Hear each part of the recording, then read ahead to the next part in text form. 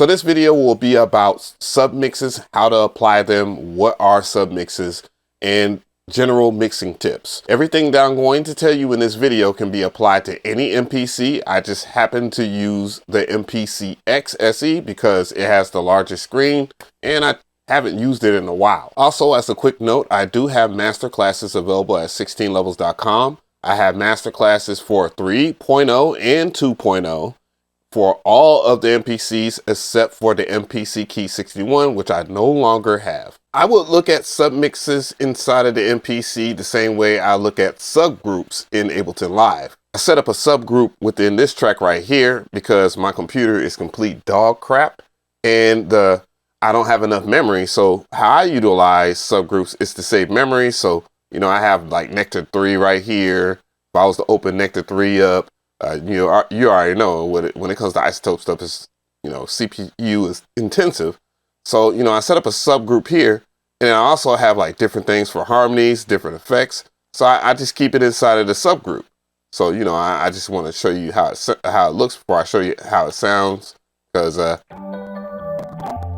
as you can hear the crackling, yeah, this goes to show you how crap my computer is. So basically, if I wanted to control the volume of the overall vocals in this track right here, it's grouped up together. So if I was to lower the volume on that, then you can see how I would get the balance. But it's okay. And then if I was to add the effects, I made that boy sound like Prince, huh? Don't sleep on my mixing. This is what you have to do to access your submixes in MPC 3. Make sure that you highlight your tracks right here, this middle part, and then just scroll, and then you'll have access to your submix. Now, if you have multiple tracks, like we did new track, advanced, let's go ahead and, okay, well, 14 tracks, boom, do it. You can set a number of tracks. And if you scroll, let's scroll back to 1, you just scroll to the end of your tracks, and then you'll have access to your submixes. You have 4, I believe. Oh, well, I lied, 8. Now with your submix track, you can add effects. So all these slots right here, these 4 slots, they represent effects. So if I was to press the plus sign on any of those, I could add an effect in here, and you know, we can just do effect on that submix.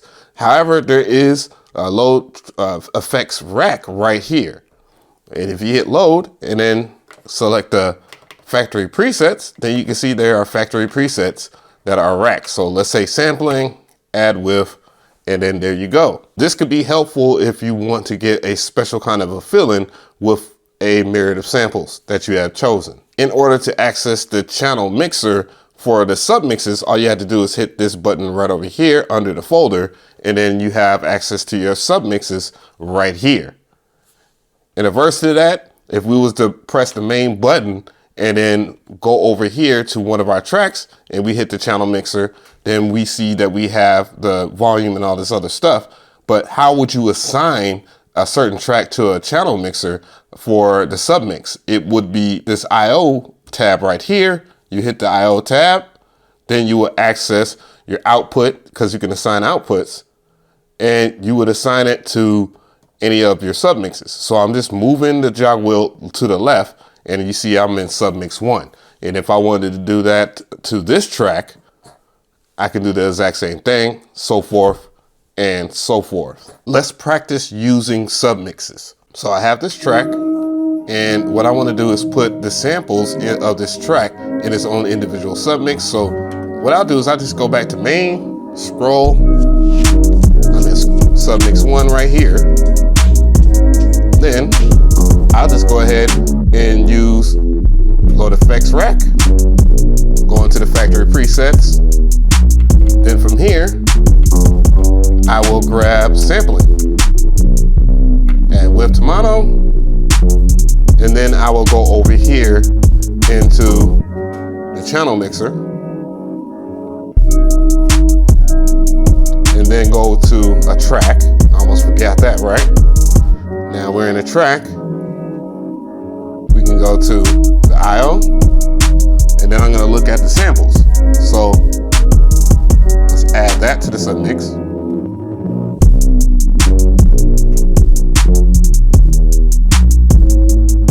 And then there we go. It's also worth mentioning that you can see your submixes just by hitting this buses button right over here. And you can do stuff like automation. But what I'll do is I'll set up a 1-bar loop or something like that so that we can get to the bottom of this. So let's go ahead and access the submixes again. I'll just hit buses, then I hit the channel mixer, and then we're on the submix. What we're gonna do is go to the effects that are applied on there. And if you press and hold the effect that you have on that track and or submix, it will turn it off. And if I was to press and hold again, it'll turn it back on. Now, if I want to just simply go back to my submixes or whatnot in front of here, let's apply a new rack, because we can. Let's try experimental. Let's go back in here.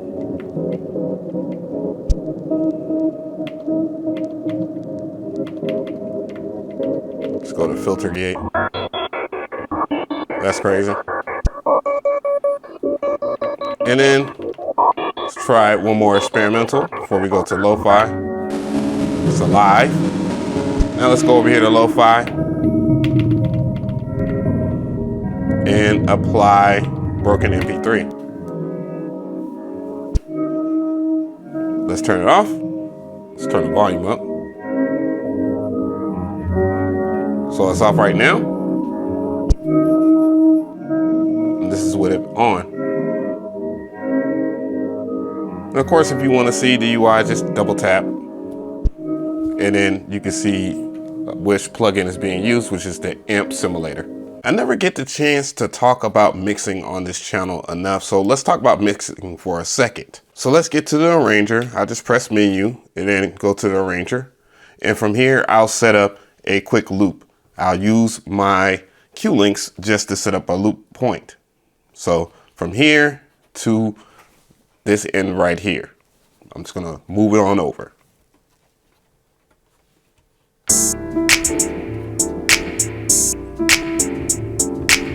Okay, so one thing that I noticed in this beat is that the snap is a little loud and some of the hi-hat stuff is loud too. So to gain access to your channel mixer is as simple as pressing the channel mixer button on your MPC that you own.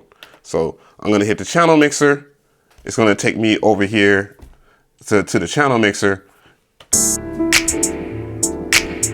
And I noticed that the drums are on this pad right over here, or on this part of the screen. Pad is crazy. But we'll press the pad mixer. If you're on the MPC Live 2, then you will simply just hit the channel mixer twice and it'll bring you into the pad mixer or the mix button.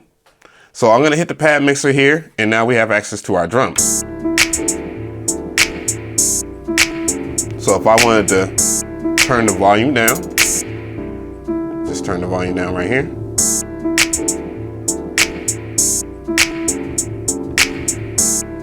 And then if there's anything else on the screen that we can hear as an element, it will be presented on here.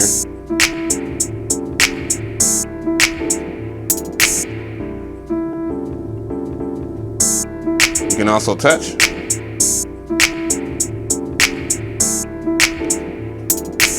Lower the hi-hats there. And everything else is good to go. So that's pretty much how you will mix your drum track. Of course, there's track exploding, but that will just make it into a normal track, so you just control it in that manner.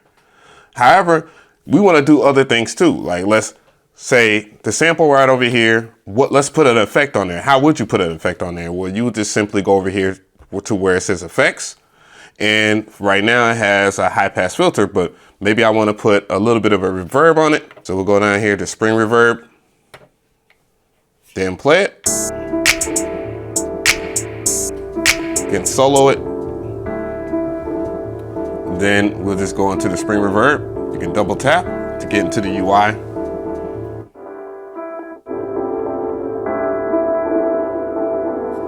And then we'll just simply mess with some of the effects. We'll mess with the mix here on the Q link. And just a little bit of wetness will do. And then we'll just return back to the channel mixer. And and then unmute or unsolo. And then we have that element mixed. The next thing we could do is this. Let's go back into menu here, go into the arranger. We'll turn loop off so we can get into the meat of the track, which is the 808. We'll go into channel mixer. Then we'll go to the volume over here. This is why I always tell people to label their tracks. Now we got the 808 thumping. Let's go into pan and volume so we can solo. Then we can go over here to effects. We can add an effect here. Let's go ahead and add an distortion.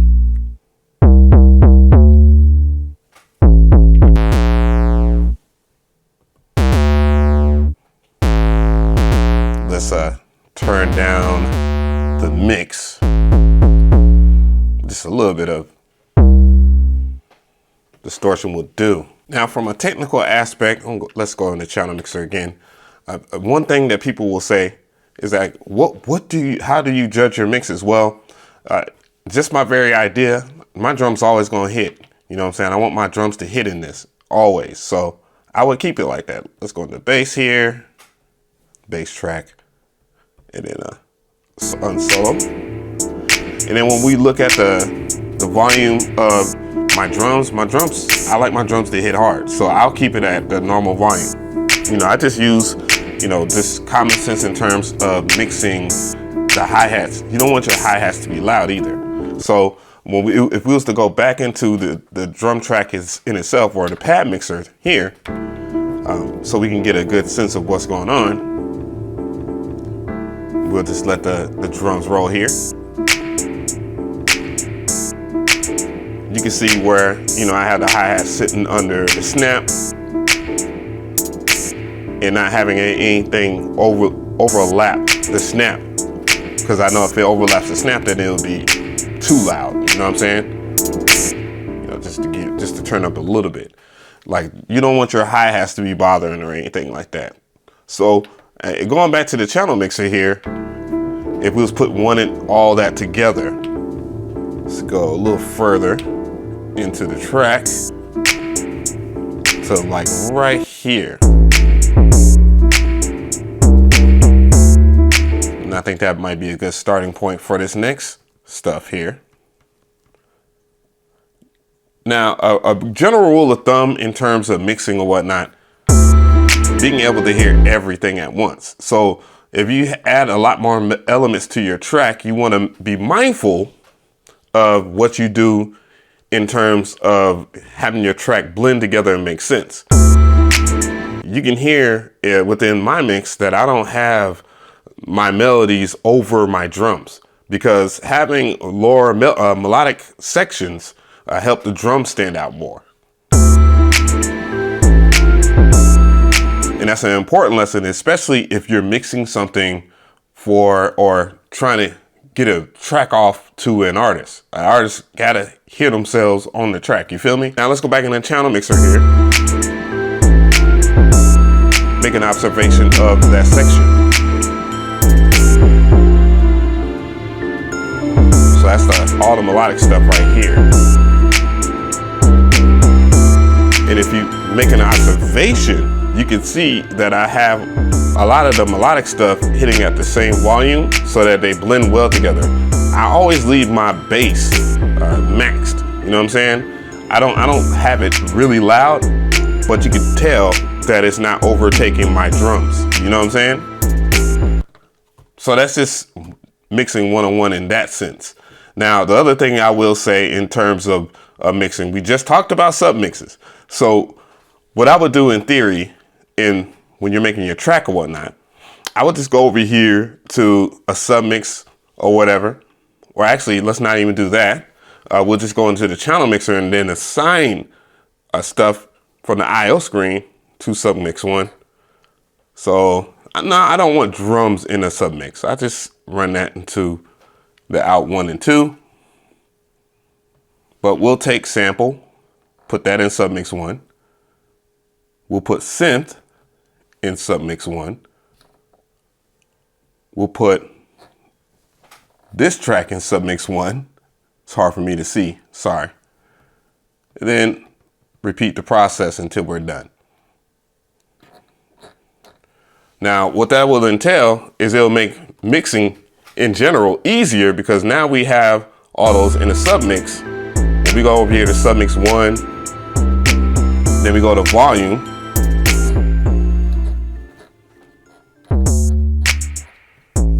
You hear that? All the melodic stuff is gone.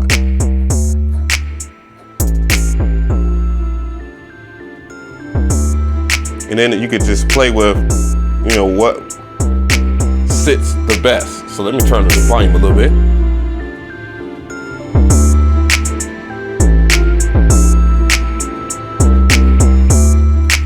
You know what I'm saying? So that's just a great way to just balance your melodics while having everything else in its own pocket. So let me know how you feel about submixes.